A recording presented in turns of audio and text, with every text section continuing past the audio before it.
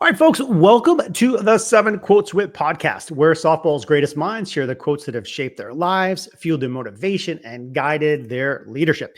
Each episode explores 7 handpicked quotes, highlighting life lessons, personal philosophies, game day mantras, etc. I'm your host, Jaime Oikle. Today, joining me is PGF Florida Director Bill Hoops. Bill also runs the world-famous Show Me the Money tournaments in Florida and elsewhere.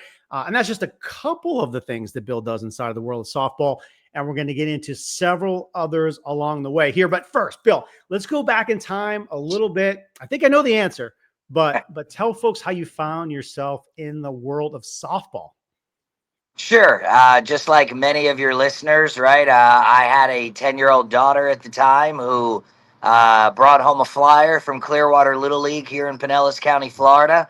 And the flyer said, sign up, rec ball, Little League playing. You know, you're a parent, you put your kid in sports, you want to see them have friends thrive, you want to cheer them on.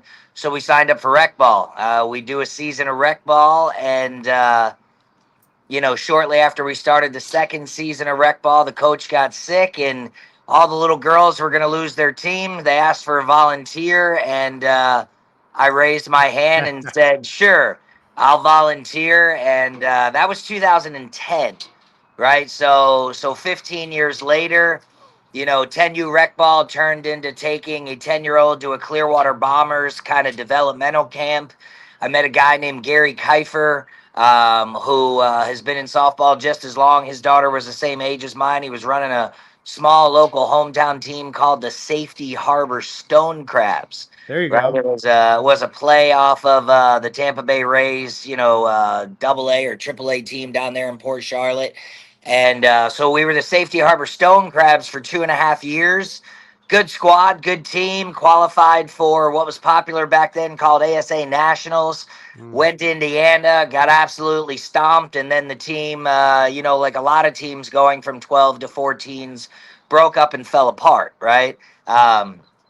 14U, I decided to branch out, start my own thing. I called the guy in California by the name of Tony Rico, who is very big in our sport, and I asked him if I could bring the first firecracker team to Florida, which he allowed me to in 2015. So we started a 14U firecracker team here in Florida. There was none at the time. He gave me the organizational leadership for the state of Florida, and from 2015 to 2019, I built that into an 18-team organization that I was running with teams from Panama City all the way down to Miami and, anywhere in between. So we built a lot of good quality teams, that helped kids starting to get scholarships and put kids through the system and go through, and understanding the game and learning the sport and learning and, working with female athletes and really understanding how this whole thing works.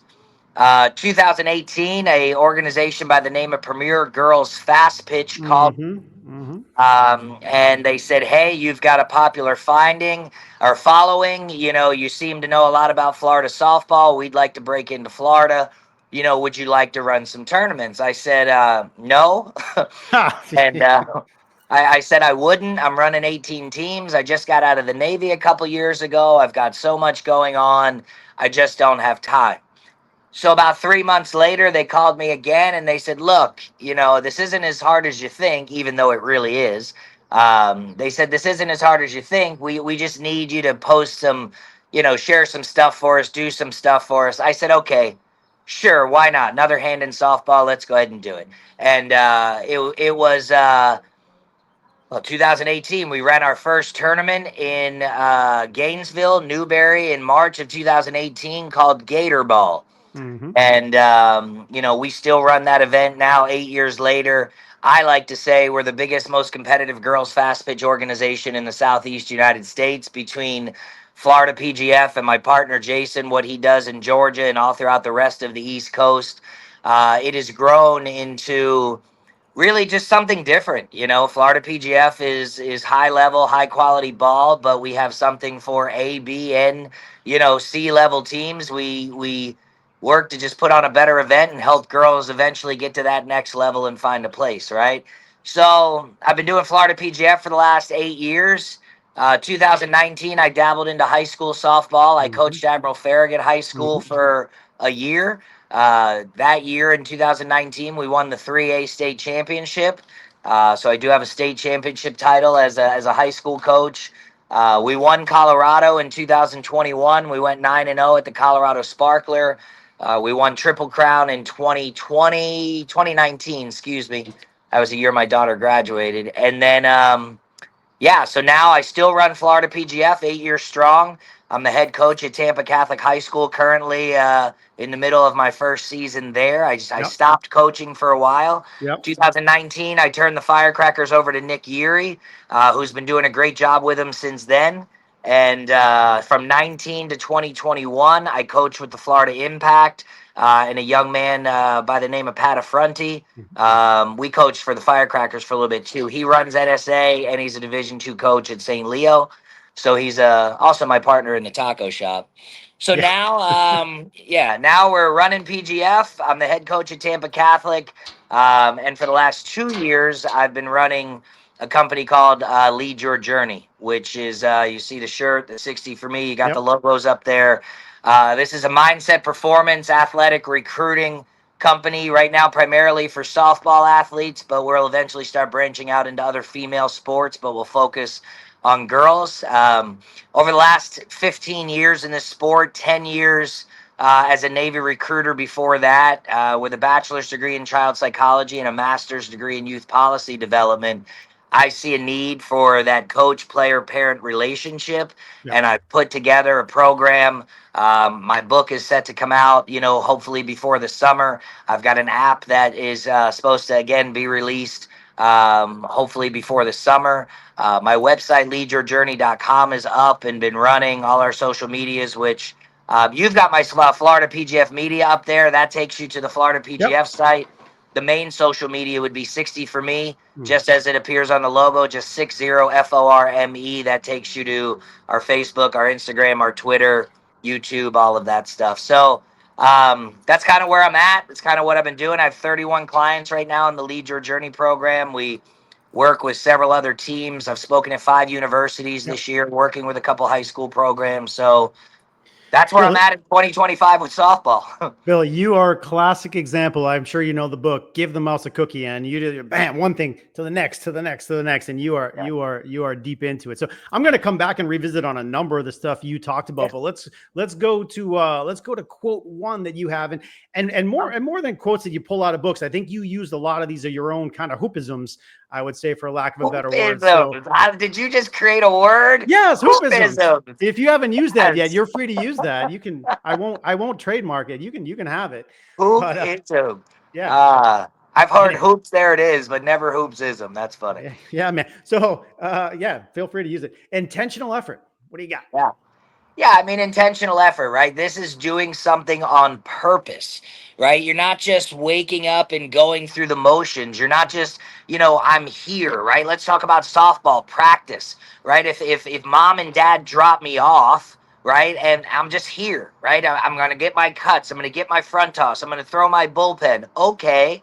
Or you can be intentional with it. You can break it down into small individual goals. You can work specifically. I'm getting 10 cuts, but they're 10 purposeful, intentional cuts, right? Let's take it as a father, right? I want to be intentional. I want to understand the emotional connection between me and my daughter, me and my wife, what I'm doing in the world, right? So intentional effort is really just, I'm doing it on purpose. I'm not letting life pass me by. I'm not just sitting here hoping that something will come. I'm working on short range, mid range, and long term goals in order to be able to purposefully guide myself from one step to the next. You said you're like the mouse and the cookie. You get one thing in right because I'm planning on purpose. Once I get this, I got to navigate the failure, but when I get it, now I want to take it here. Once I get it, now I want to take this here, right? I mean, it's just really just that, just doing things on purpose, finding your path, setting your goals, and intentionally, without a shadow of a doubt, going after them. Doesn't mean you can't change. Doesn't mean you can't pivot. Doesn't mean your ideas won't circumvent and come out a different way. But I am going this route and I'm doing it intentional on purpose. A lot of good stuff in there. And one of the things that made me think about is the way we have our girls play catch. Like you can play catch. It's a big pet peeve of mine to just see teams play catch willy nilly. The kids are off by themselves doing it, right? And so that's something you can be very intentional with. Let's short throw, and then let's add a tag. Let's add cut footwork.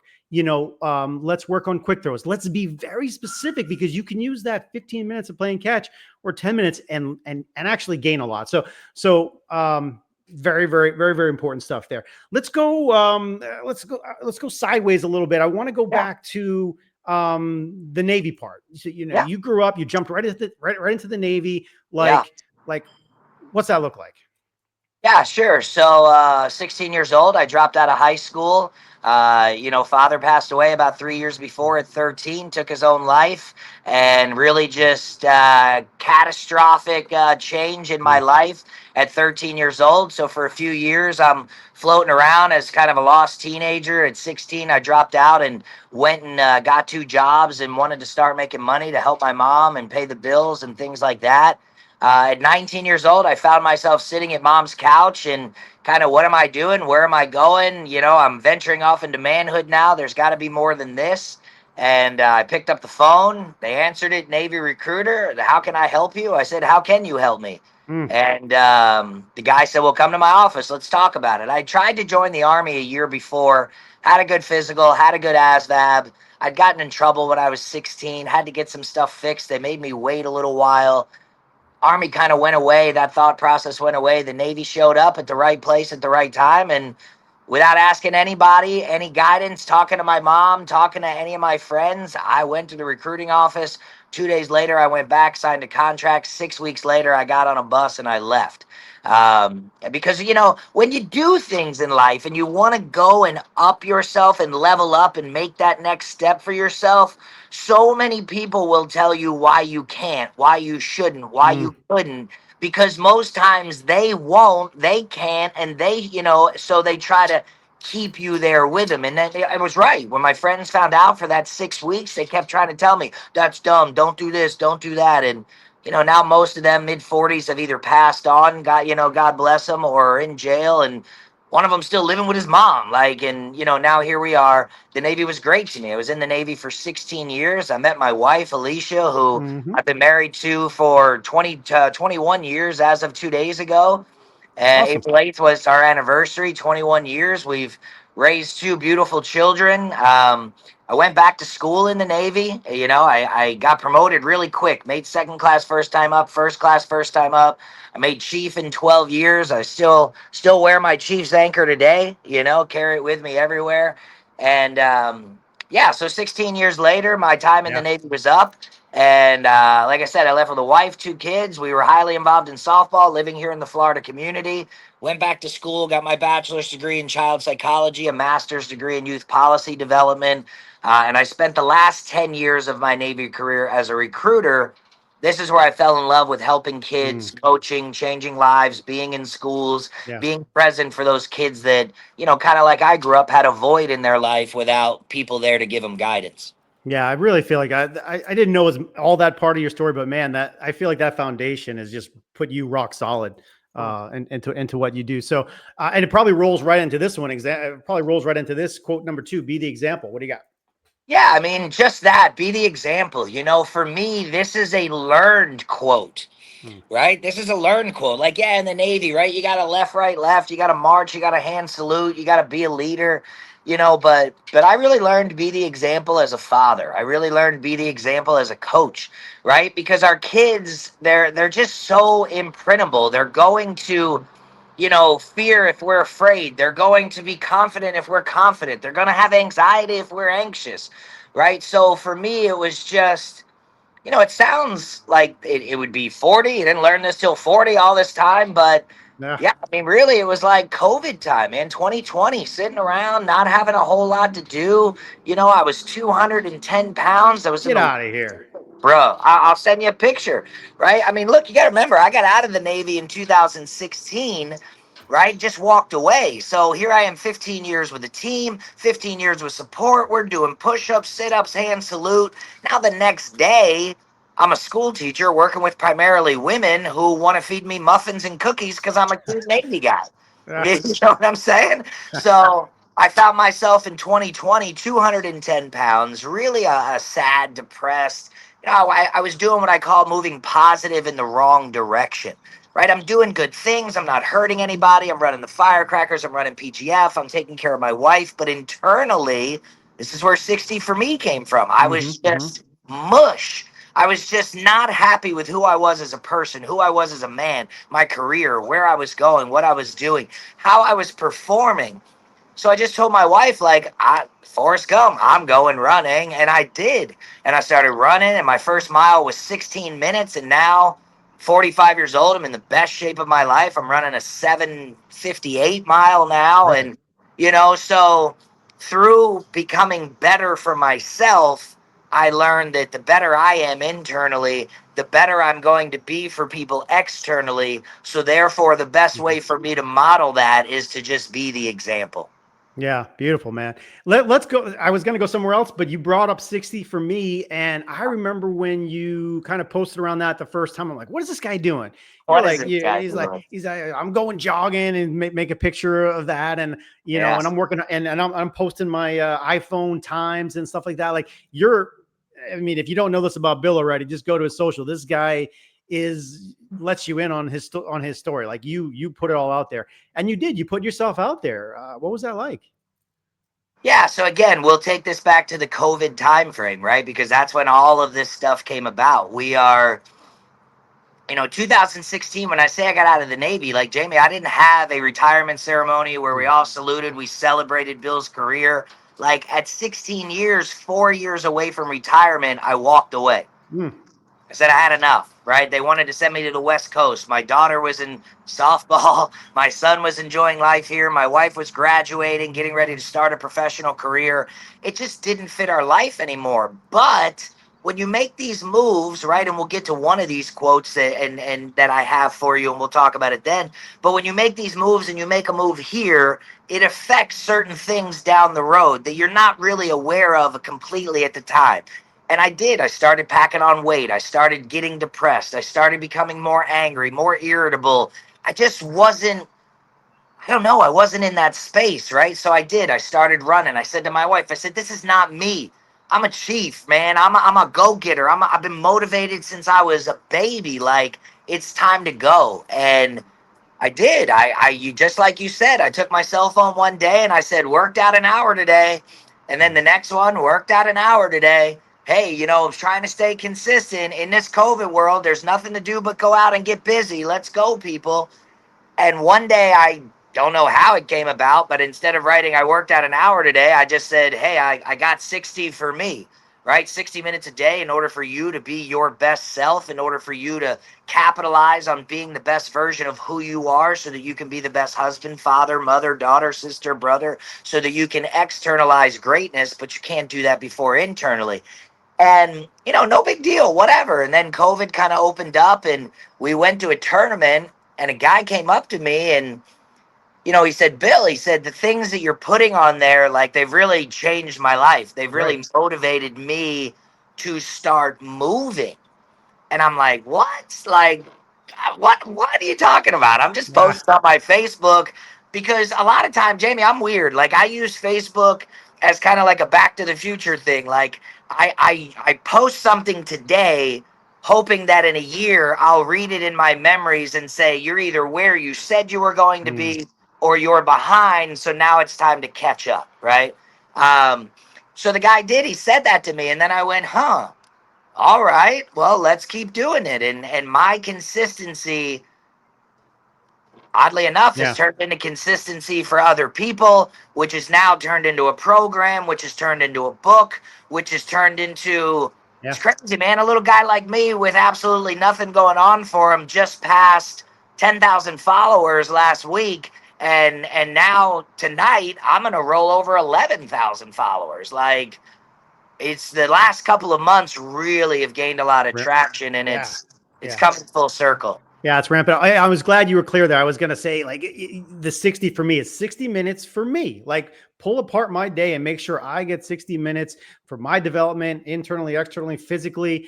And so many people don't do that. Like they're running around, running the kids, running the job, and like you got to take that time for yourself. And you've built that out perfectly. And I think it does. It goes right into the next one, which I think is where you were going. Yeah, You know yeah, what? correct. Yeah, Yeah, I didn't know what order you put them in. Yep. I don't exactly right. What you do today will affect you for the rest of your life. So this is it. Yeah, this is not a Bill-ism or a hoopsism. This is a momism, Yeah. right? This one came directly from my mother. God bless her.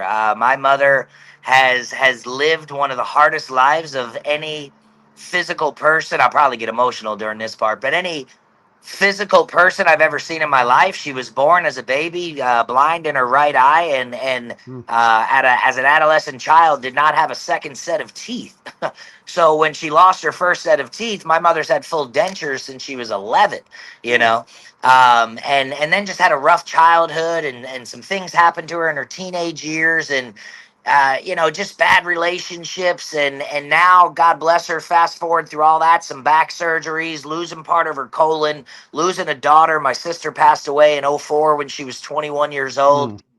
Mom's now 66 years old and battling full-time, middle to late stage Alzheimer's, lives with me full-time, and me and my family are pretty much her full-time caretaker. But the number one quote my mother told me is what you do today will affect you for the rest of your life. The decisions that you're making right now Mm-hmm. will have ripples and waves a year from now, 5 years from now, 10 years from now. The momentum or lack thereof is what you're building up, right? A young person who makes a decision at 14 to go all in and work hard on the field and give it everything she has a better chance of making it where she wants to be than the young lady that just goes through the motions. The decisions that both of them make have ripple effects and waves on, what happens. It's like when you take a calm lake and you throw a rock in the center, right? Where it hits is the action, the impact. What is it? What happens?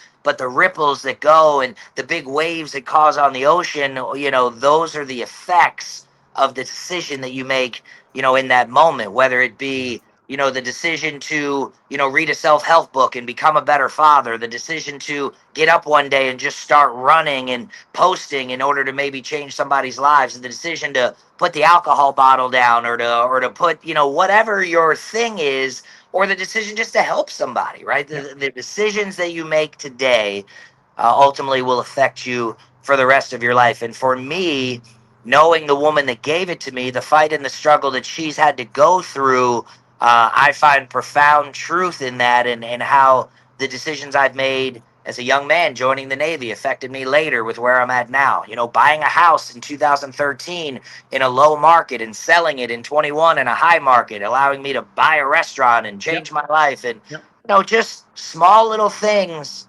add up. Yeah, the visual of the ripples, and maybe if we had multimedia, we would stream that in right now. It's such a beautiful, it's such a beautiful visual, and it makes me think of the same thing. Where if we're talking about athletes and stuff, if something didn't work today or it hasn't worked in the past, okay, but like now, what you do today and in the future can totally reset the future of where you're going. Yeah. And I know you agree with that. Yeah, I could give you another one that wasn't on the list. Any day can be your day one, Yeah. right? Yeah. Just because I wasn't capable yesterday does not mean that I cannot wake up capable today. Yeah, yeah, Yeah. 100%. Let's go. I'm super curious about this because I was shocked when I heard it. Bill Hoop's going to go back and coach high school softball. I said, "What?" I said, "That can't be." He stepped away Yeah. from college. Like how did that happen? Right. Most people think I'm crazy because they wonder where I pulled time, Oh right? yeah. How does this guy do all this, Wait, right? not Because most people. Everyone wonders that. Is there seven? Is there seven of you, by the way? Anyway. there's seven of you. Listen, so the answer for me was, Jamie, why did you create a softball podcast? You have a restaurant one, Yeah. right? Like there's a need, right? You feel something internally, right? Like there's something that you feel you can provide an impact to. So here I am. I haven't physically been on the field since 2021. So 2, 3, 4. Now we're in 5, 3.5 years of not calling a pitch, not calling a bunt sign, not feeling that butterfly in your. I mean, I can watch a game as a director, but it's different when they're your kids. You go through it, you make the pains, you help them out, and so a couple things. I wanted to scratch the itch. I'm a coach, right? And I'm a competitor, and I'm a high powered guy. The other thing, like I've written a program, right? Like I've grown up in the world of coaching. I've made some significant personal, mental, physical, and emotional changes. I believe I'm a better coach physically, emotionally. I mean, look, there's been 17 games this year. Have I my jaw and wanted to a couple times? Sure. But it's been a little bit of a personal test for me too, where I used to get all emotional and upset, or if a girl did this or that. Now I don't. My wife and I were talking. She's like, man, I've only seen you coach a couple games, but you're a different guy on the field. I'm different at practice, things like that. So, why coach high school softball? One, I run a travel ball tournament organization, so it's very hard for me to coach a travel ball team, right? Because I'm now going against my clients, right? So that's difficult, especially if we're playing in my tournaments. Although we do have a lead your journey team, I'm just the organizational leader, not a coach, right? So I could coach high school softball without anybody having to have anything to say, right? That was an easy arena to get into. Second, it's not all year long, right? It doesn't demand me 365 days a year. A little bit during the fall, a couple fall ball games, some workouts, couple scheduling hours, but then mostly it's January to May. You know what I'm saying? So I get in, I get to have some fun, meet some people, hang out with my clients in a different arena. But number one, most importantly, I get to affect change in a group of girls that have, a great opportunity to help me work with them and to help them work with me, and for us to really be able to make something special. And look, I'm a maniac. I scheduled 5 on a team that was 11-10 last year. That had no idea. I didn't even know a single player's name on the team except for Olivia, right? But I scheduled 5 state champions, 5 regional champions. I put us in the Palm Harbor tournament. We have the strongest strength of schedule, minus maybe Calvary and MVA, because they all played the big 6As, 7As, and all that. But in 2A, we have the strongest strength of schedule, and right now is a very young team: 2 seniors, 1 junior, and the rest. And we have 3 sophomores and the rest freshmen. We're sitting 8-7, and we're sitting 4th in 2A. And these girls are winning and they're competing, and we're working getting over loss, and we're working through emotional warfare that they're going through. And my wife she said to me the other day, like, are you fulfilling the need that you wanted when you wanted to coach high school softball? I said, yeah, it's a lot of fun. Look, it was very hard when we first started because parents have an expectation of, I can talk to this way and I can do this and it's high school and I can do that. And, I don't. I've been doing this a long time. This is how we're going to do it. This is how we're going to roll. And I'm open for suggestions, and so far, so good. I mean, the parents on my team are great. The school administration is great. The kids are absolutely amazing. I have the only high school softball field that is on the Hillsborough River. My kids can hit home runs into the water. So that's a lot of fun. That is fun.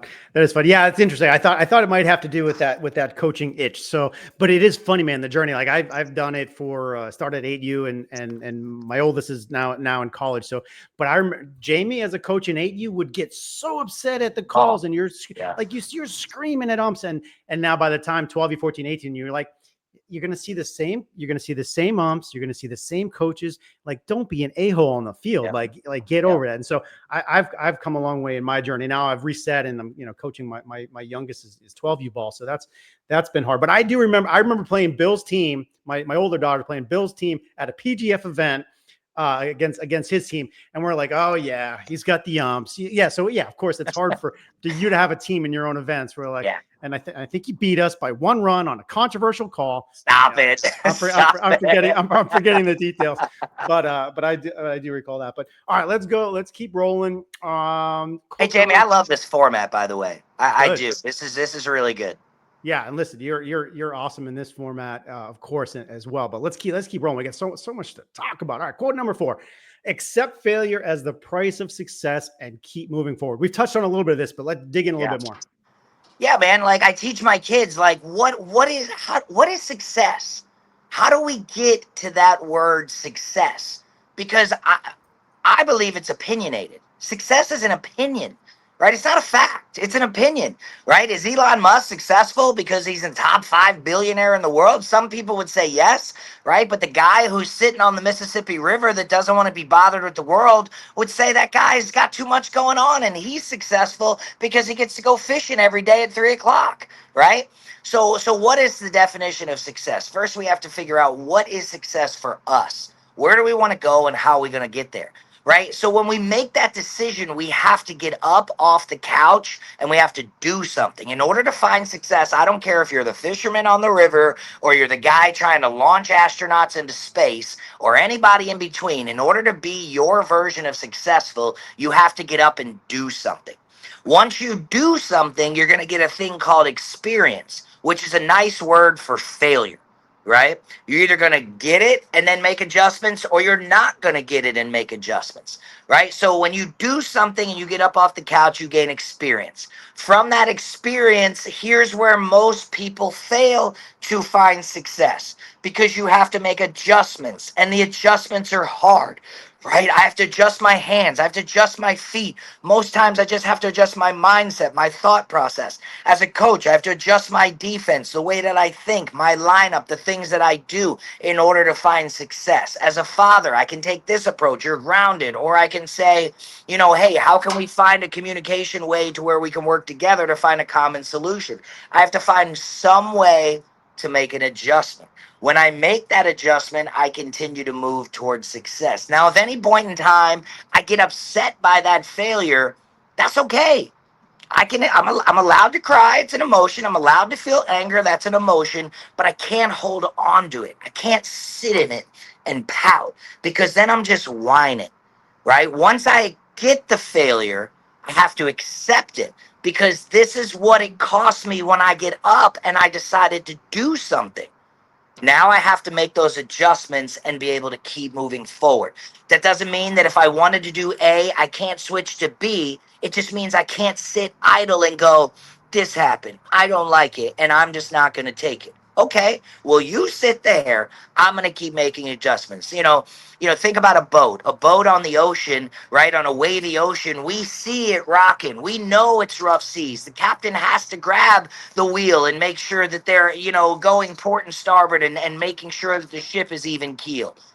Right. But what we don't realize is even on a calm ocean, the current underneath is pulling that boat off track, and you still have to be able to make adjustments to that same wheel and anchor, or you're going to drift off course. So accepting Yeah. failure is the price of success. No matter what your level of or opinion of success is, you still have to get up, do something, make adjustments in order to find success.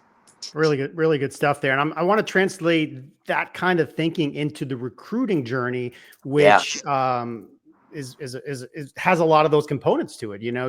Your coach may be watching you, or your coach you really like watching you at an event, and you struggle and you have a tough weekend, or you're just not sure which direction it's going.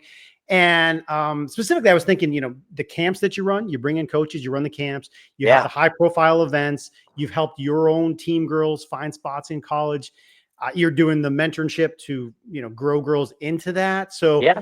certainly you could go for a long, but let's go for a couple minutes in this territory: recruiting, athlete development, coaches. What do you think? Yeah.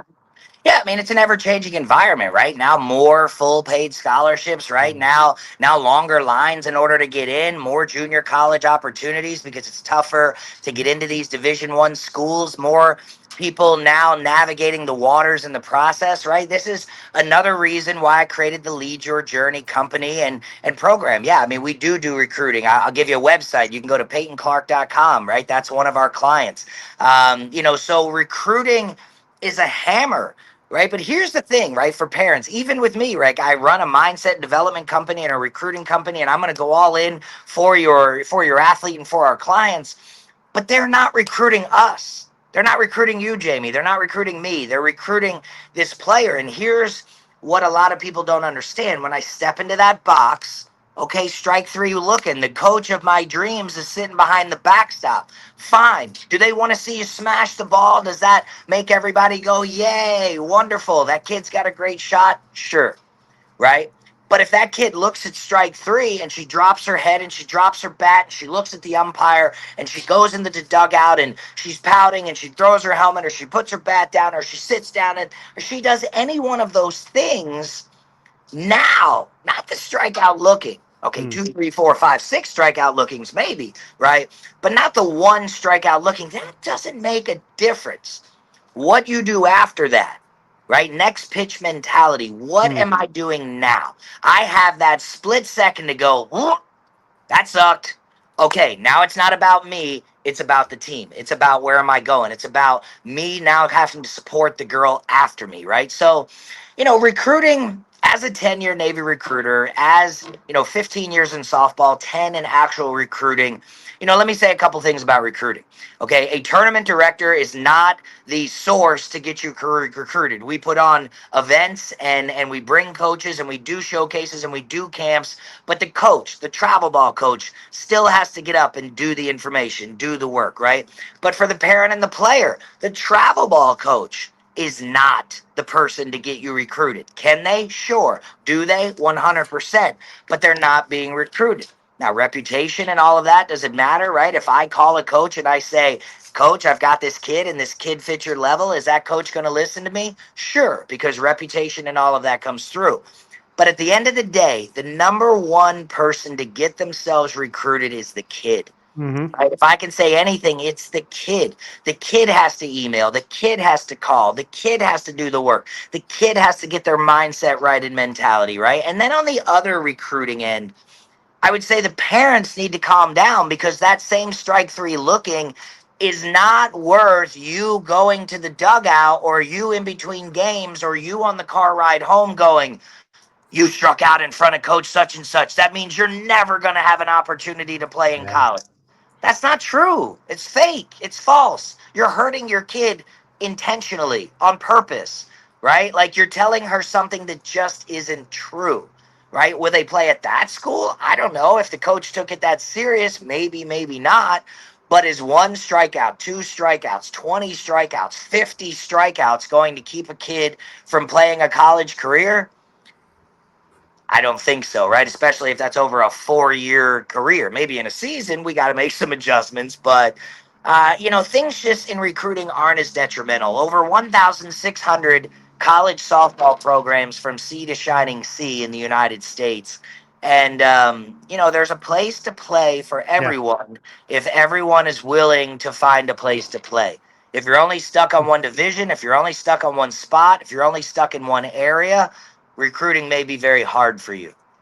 I wrote down a couple of things there. That was a great overview of recruiting, but the next pitch mentality is an awesome one. It happened. It sucks. You struck out. No one likes it. But yeah, the pouting girl that goes back, don't love that. Don't love that. If you're a parent and you're listening to this, I'm going to read it out loud. Parents, calm down. Parents, calm down. Calm down. Calm down. It might be your first kid through it. Bill's been through hundreds of kids. I've been through just not hundreds yet, but in getting there, I've seen them through the journey, and I know I've changed. And you need to be a supportive parent. I don't talk about softball in the car ride home with my younger one anymore. We don't even talk about it. And my first one, oh, what about that play in the third inning? That was stupid. That's just the stupidest stuff to talk about in the car on the ride home. So we don't talk about it at all anymore. If she brings something up, I will answer it, and then I'll deflect to something else because it is not important to talk to do that post game analysis. Just trust us on that. Haven't been through it. I said it this afternoon. Be their support, not their highlight reel. Yeah. And listen, and I watch a lot of college games now. My daughter plays college ball, and we just watch college ball. They make a lot of the same mistakes you're complaining about your 12-year-old making, dropping balls, striking out, missing pitches, throwing. These girls are on TV at the highest level making the same mistakes you're criticizing your 10-year-old for making. So it happens all across the board. All right, I'm going to go. This was my favorite one, by the way. I don't know why. This one really hit me. Quote number 5, be a thermostat, not a thermometer. I love this one. Yeah, so again, this I wouldn't call this a hoopsism. I read this out of a Maxwell leadership guide that kind Mhm. of just stuck with me, right? So credit where credit is due, but Yep. be a thermostat, not a thermometer, right? A thermostat, I'm going to set the temperature on 75. If it gets too cold, I'm going to heat it up. If it gets too hot, I'm going to cool it down, right? I am the facilitator of the temperature, or in another word, the culture, right? What am I building? Things are too wild. Hey, let's calm down. Let's bring it back together. Things are too cold. Hey, come on, let's go. We got to get motivated. Let's heat it up. Let's all stay engaged. And then when I build that culture and I build that standard, now my leaders, my captains, my people that are ready to step up will continue to be those thermostats, right? A thermometer. What do we use that for? Oh, I'm hot. Well, let me see how hot you are. Okay, now I got to go get you something else in order to make you feel better.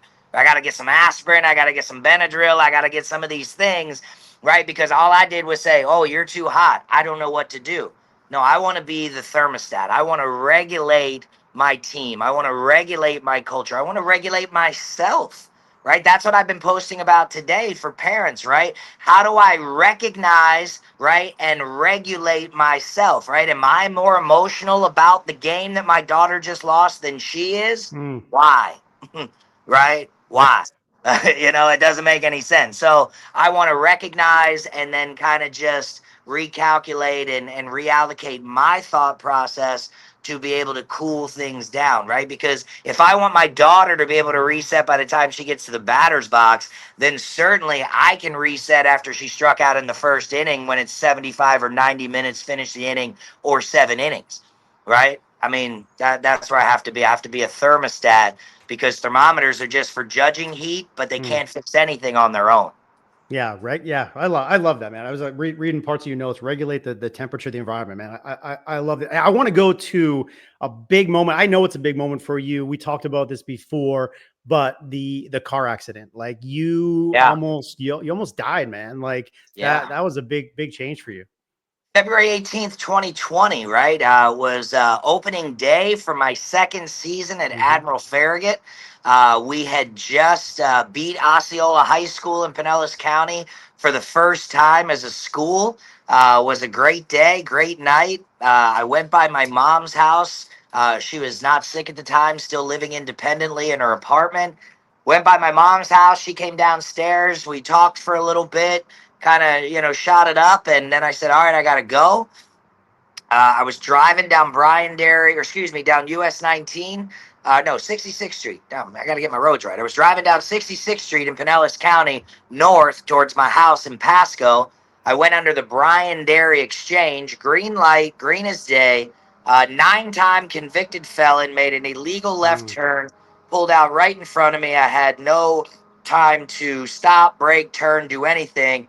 Uh, I got knocked out. I know I got knocked out because by the time I opened the truck door and walked out of the truck, the ambulance and the police were already arriving. So long enough for impact, somebody to see it, process it, call 911, them to take it, jump Hmm. it, release it. I mean, it had to be 3 to 5 minutes. So I get out of the car, look at it like, oh, somebody was in a car wreck. Yeah. Then I see my truck and I'm like, one of those little like movie flashes where everything comes forward. So that was me, right? And Mm. and this was one of those moments. It was right before COVID, right? February 18th, 2020. COVID was like 3 weeks later. Yep. I didn't have any major injuries. I had a little concussion, a little cut on my forehead, pretty big laceration on my left shin. But other than that, I was just physically, or not physically, but emotionally, like, dude, that was it. Hmm. That was almost it. That was a wrap. Like, and this is where I was at. 210 pounds is just really just blah, like that moving positive, doing the right thing, but not fully. And so a couple weeks later, that's when I told Alicia, I need to do something. I need to get right. And then it was June. I just said, you know what? It was too close to that. And then a year later in 2021, April of 21, my wife and I finally had a wedding. Like, we got married April 8th of 2004, but we didn't tell anybody. We went to the courthouse. Our daycare provider signed it. We ran away for 6 months, or we hid it from our parents because her parents didn't like me. My parents didn't like her. We just got out of a divorce, each one of us a piece, so we were just doing these wild and crazy things that no one wanted us to do. Um, and we did. And then, I was looking around my walls and I'm like, if I would have died, I would have been married to this woman for, at that time, 17 years and raised 2 adult children, basically, and not a single wedding picture and no life insurance. So I went and bought life insurance. As Yep. a man, that is extremely important. Don't say you can't afford it. I have a lot of life insurance, and it cost me like $250 a month. I'm not afraid to share that. So, go get life insurance, gentlemen, for your family, ladies, for your family. It's very important. There's my life insurance pitch. But other than that, it was just about then getting physically well and being able to Mm, it was weird, man. It was like yeah. God punched me in the face, gave me a reset in life, and I came out the end emotionally a different person because it wasn't but 6 months later I Hmm. posted the first 60 for me. And Hmm. now look where we're at. Yeah, no, thanks for sharing that story with everybody. Cause I know it's impactful for you. Absolutely is. And by the way, when you finally got married, I remember seeing like you guys had the funnest look, like the funnest time, the best pictures, like you enjoyed yourself that night, I think. I told my wife, and I haven't said this to her before, and I haven't said it to her after, but I told her spare no expense. Yeah. Yeah. Don't use that phrase too often. Yeah, and she did, and but you know what, man? I've been married for 21 years, and she's sitting across from me right now as I do this interview, because my wife is by far the single most patient, loving, caring woman I've ever met. People always think I'm lying when I say this, but in 22 years, we've only had an argument because of me. And that's not well training. That's because my wife she's just very, very patient. Never raised her Yeah. voice, never, she's a good woman. And just very blessed to have her in my corner. You're a very, very, very lucky man. This one, Yeah. this one builds off of what you're saying. If you could read it for us and get into it. Yeah. When you wake up every day and I don't even need to read this. When you wake up every day and put your feet on the ground, the first thing that you have to say to yourself in the morning is, I'm the best. Hmm. Right. And if you watch any one of my training sessions on my YouTube page with my girls, I say this repeatedly. This is Yeah. a mindset tool, right? I'm the best. Does that mean I'm better than the rest? No, man. Look, come on, right? Like I got a long way to go, right? I am not the tallest, not the handsomest, not the fastest, not the strongest, certainly not the smartest, but you won't find somebody that works harder than me, that believes in himself more than me, that is confident and focused in my abilities more than me, right? And every day when I wake up and I put my feet on the ground at 6 o'clock every morning, I'm the best, right? Today I'm going to put my best foot forward. I'm going to give my best self. I'm going to work without exception. I'm going to give exceptions to the world, knowing that they will give none to me in return, and that every day I have to wake up and go get it, right? So it's just a mentality. I tell it to my softball players. When you wake up every single day, you put your feet on the ground and you start it with, I'm the best. And then you brush your teeth better than you did yesterday, and you work harder than you did today than yesterday. And when you get into the game, right, you're not better than any girl on the field, but for you, when she hits that ball to you, you're the best fielder in the world. When you step in that box, there's no one that can save you at this point, so you have to be the best hitter in the world. When you're standing in that circle and you get the ball, pitch after pitch after pitch, you have to believe that you're the best. There's no exceptions. Hmm. So this is Hmm. just a Yeah. mindset and a training tool to where it's just like, why is this a corn muffin? This a corn muffin because every day somebody told us this was a corn muffin, right? If I called it a blueberry for 100 years, in 100 years somebody would think this was a blueberry, right? So as long as I tell myself I'm the best every Hmm. single day, it's going to start making those visualization, those, voice, that self-talk that changes where I need to be and where I need to go. This is a self-help, Yeah. kind of mantra, if you will. Well, let me ask you a question because you're doing the virtual and some of it's group, some of it's one on one, I think, but you're doing this training with young athletes, right? Yeah. Give me a breakthrough moment where you're having to talk like that and you're high energy bill, and kids are teenagers and they're like, probably, watching with headphones on, this, that, and the other. But like, when does it click for them? When does it break through that they can do these things? Yeah. So the biggest change comes for the kids when the parents learn how to adapt their language. Right? I don't just teach kids. This is a family program. Mm-hmm. Parents are present. They have Mm-hmm. to listen. They have to engage. Mm-hmm. Right? They get a full report after, right? Because it doesn't matter if I change the kid's mentality, right? If the kid goes 3 for 3 with 2 home runs in the game, if the coach gives her a high five and gives her the MVP award, if she gets in the car and dad tells her about the one ball she dropped, none of that matters, right? None of it matters because there's one group of people that this kid wants to make happy through this whole process, right? And that's where perfectionism and anxiety and stress and all of this stuff come from.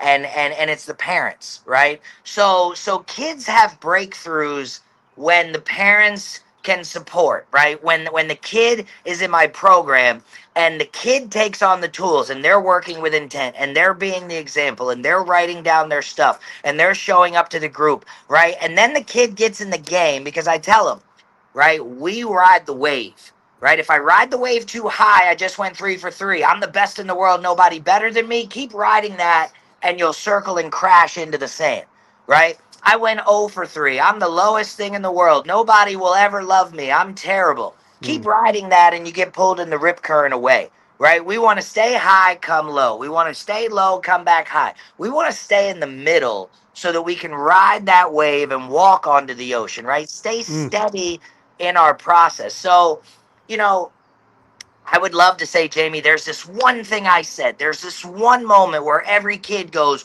woohoo. Guess what? That's not the case, right? I have kids that have breakthroughs on weekends and things are going well and then they go 0 for 3 and somebody says something to them or they put all this weight, and there's a couple of kids, believe it or not, that have now built a little like, okay, I don't want to let Coach Bill down, right? So we've had to now attack that. These kids, Sure. they just want to impress the people that they feel rely on them to do the most. So what we work on, the breakthroughs we try to make is to get them to understand comparison is the killer of dreams, right? It doesn't matter what somebody else are doing, right? You have to do this for you to be the best version of yourself so then you can help your team, right? So the breakthroughs come when kids can slow things down and they can communicate with their parents. The best, I guess, breakthroughs or the most success that we've seen with our clients so far are the ones where the communication between the parent and the kid are doing well, right? I mean, I'll give you an example, right? I have a family of 4, older daughter who has moved on. She's living her life, but doesn't have the best relationship with the parents because of whatever, right? Now, the younger daughter, right, was going through kind of the same thing, right? Dad's always on the horn, yelling through the fence. He's the guy pacing, here or there. You know that guy, right? You The know that guy guy. where you can tell when his kid is up to bat, right? And then he takes it to the car and he takes it to the lessons. And I mean, this was even like when we were in the batting cage, you can't even look at another cage. You got to be focused right here. Like, stop it. What are we doing? Right. So instead of worrying about the head, shoulders, knees, and toes, I focused in on that parent relationship. I mean, that's all we talked about for 6 weeks. We didn't talk about balls and strikes at all, right? The parents were open for me to really give them a breakdown of where I thought the issue was. Man, we're 6 months in, and this kid and this father are thriving. The Awesome. kid's batting average has gone up 2 points, right? Her fielding average is better, right? Her crying bouts are slower, and those are the breakthroughs, right? I mean, great that you hit the home run, great that you had the walk off. I want families, I want parents to be able to watch their granddaughters play softball because they did it right with their kids and their kids love them enough to love their own kids enough to introduce them to the game. Because if we don't fix a lot of this stuff now, they're Yeah. not going to take an experience they didn't like and bring their own children into it. So good, man. So good. So good. And softball is a game of failure. You're not gonna go 10 for 10, not very often. So you're gonna fail and then you're gonna succeed and Yeah. you're gonna fail. So but being And I love that steady. you brought that up because that's a valid point. That's the other breakthrough that I try to get kids to understand. Understand the game. In order to not get so anxious about the game, you have to understand the game, right? If you're a 300 fielder, that's a problem, Yeah. right? But you're never going to be a 997 hitter. Yeah. Game doesn't allow for that, right? But our whole life, what do we do? From the moment they're in pre-K, an A is 90 and above. A B is 80 and above, right? But now I have to tell them in this one category that if you're 30 to 40% effective, that's an A. Right. Sometimes they lose that in translation. Yeah, no, 100 million% accurate. All right, you touched on this one, and we'll wrap up with 7. Yes. But bring it home with, let me click a button. Better you, better them. Yeah. Better you, better them. I mean, how true is that, right? I mean, because how many coaches, people in life do you see do as I say, not as I do? Right? How many parents drop their kids off at practice and tell them, you better work hard, you better go get it, you better not mess up. And then they put the car in reverse, go to Starbucks, pick up their Starbucks, sit in the parking lot, right? Do absolutely nothing but scroll and roll. Then the kid gets in the car and they tell them how they didn't work hard during practice. What? Mm-hmm. What are we doing?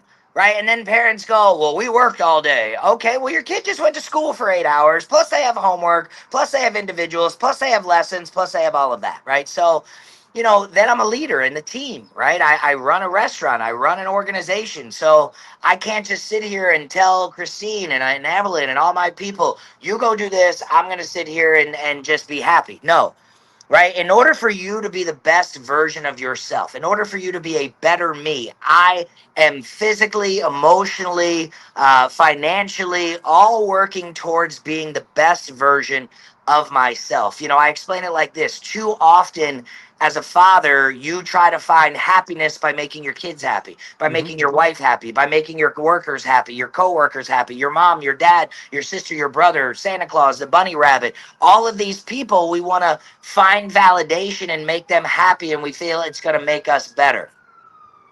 Jimmy, I chased that my whole life. Sometimes I still chase that, right? And the truth of the matter is, until you get intimate with you, until you figure out who you are, what you want, where you're going, how to lead your own journey, how to step up and be the person that you always wanted somebody to be for you, then you're always going to feel some kind of void, right? So, Yeah. so for me, 60 for me, better you, better them. The better you are internally, the better you're going to be for other people outwardly, externally, right? I mean, if I'm your coach, right, whether it's a life coach, whether it's a mentor coach, whether it's a softball coach, and I'm sitting in a seated position every day pointing fingers, telling you what to do, Hmm. you're only going to get into it so much. You're only going to be so much into it. If I'm up every day and I'm working and I'm showing you how it's done and you're seeing me run the laps and I'm working the bases and I'm doing the job and, Yep. my restaurant, sometimes I wash some dishes, I get on the line, right? They see that person, in the gym, right? We're all working to get better every single day. You're a handsome fella, so I know you're working on being the best version of yourself. So, that's how it works. The better I am, Yeah. I'm going to attract those people that are going where I'm going, and the people that are around me are going to get better with me, right? The loneliest place in the world is success at the top of the mountain by yourself, Yeah. right? So the whole point is to make yourself better, get to the top, bring people with you, because the top of one plateau is simply just the bottom of another, and we still have a lot of work to do. Yeah, well said. Well said. Listen, we're all guilty of it, right? I just when you're talking, it was making me think. You see all these books behind me, and I've read them all, but for a long time, I wasn't reading, and I'm telling my kids, "Go read a book. Go read a book." And I turn around and say, "You haven't read anything in like 2 years, man." So I read every day, even if it's 10 minutes, even if it's 2 chapters. Like read a little bit every day. Oh, go work out and go work out in the gym. And I said, "Oh shoot, I haven't worked out in 6 months." But Yep. so yeah, you got to do it yourself. You got to be that example. So 100 million% awesome stuff. We're going to get towards wrapping, but here's a question. This is going to be interesting. I'm curious about this one. You're a Okay. pretty open book. Yeah, You put it all out there. I do. If you could think of something that not too many folks know about you, like what do folks not know about Bill? What do you What think? do people not know about Bill? Mm. My wife could probably answer this a lot easier. Um, I mean, let's see. They know that I work out. They know about my past childhood. I've talked about that. They know about my Navy time, softball time. Do you have something? You get sappy really easy. Oh, my wife says I'm an emotional sap Oh, who that's funny. behind closed doors sheds a lot of emotional tears, and she's true, right? I am That's an funny. emotional sap, right? I because of that's a good one, honey. Because that actually is a good one. Let's talk about that, right? So, in outward appearance, right? Very confident, very Mm. outgoing, very like that, right? But will I get a little emotional with things in life, or if a kid does something well, or truth be told, if I'm watching a new Disney movie and Oh boy. the lion dies, right? Maybe. So sure, there's a sensitive side Not emotional to recommendation. Coach Bill. So How funny. uh, Is it funny that she pulled that out? She pulled that out pretty quickly. listen, it's okay. It's It's good. these are the Good. things that we don't think about ourselves, right? I always go to the dead end side, like the bad stuff side, right? Like Mm. she's like, you know, so yeah, I mean, here's another one. I probably would have never gone back to school if it wasn't for her. I'm a Mhm. very competitive person, and at 26 years old, I told her, "You need to go back to school and figure out what you want to do," and she did. And then it was halfway into her bachelor's degree that I said, "There's no way you're going to have one, and I'm not, right?" Yeah. And but hers was much better. I definitely probably cry once a week. That's That's probably a true statement. that's awesome. All right. Well, awesome stuff. We covered a super lot. Thank you for bringing us on that Yeah, that journey. was great. Do me a favor. You have lots of stuff where you could send folks. So remind folks where they can go. PGF, Lead Your Journey. Where should they go? Check you out. Yeah, I mean, I'll just give you three. Just keep it simple, right? The first one for tournaments and anything softball tournament related would just be premiergirlsfastpitch.com. Very simple national website. You go to tournaments and you can register or query for For Florida. Florida. Yep.